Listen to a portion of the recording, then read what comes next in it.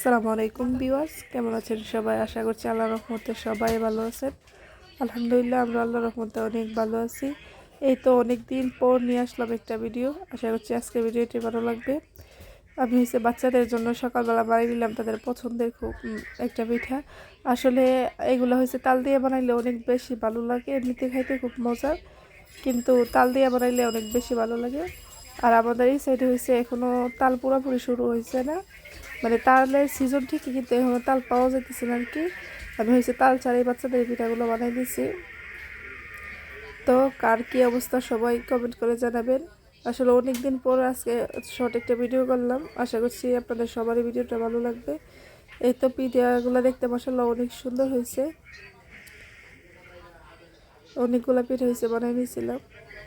আর এই পেয়ারাগুলো গাছ থেকে আমি আমার মেয়ে ছেলে মেয়ে সহ একসাথে পারলাম আর কি। মাশাআল্লাহ গাছে অনেক বেশি পেয়ারা আসছে। আসলে ওইরকমভাবে আর ভিডিও করা হয় না, দেশে যে পরিস্থিতি গেছিলো সব কিছু মিলাইয়া এখন তো আলহামদুলিল্লাহ দেশ শান্তি, আমরাও শান্তি। তো এই জন্য আর কি ভাবলাম ছোট্ট একটা ভিডিও আপনাদের মাঝে শেয়ার করি। আশা করছি আজকের ভিডিওটি ভালো লাগবে। সবাই ভালো থাকবেন। আসসালামু আলাইকুম।